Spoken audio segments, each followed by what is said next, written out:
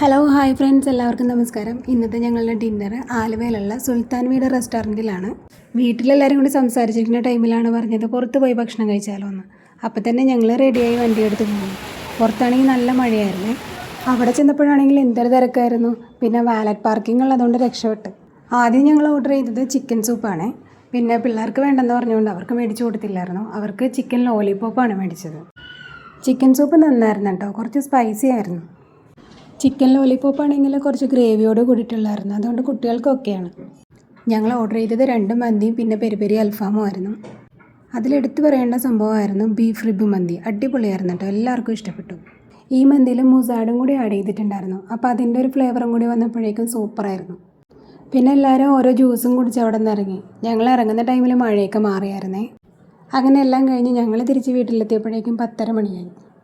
അപ്പോൾ ഇനി അടുത്ത വീഡിയോയിൽ കാണാം. Tata, bye bye.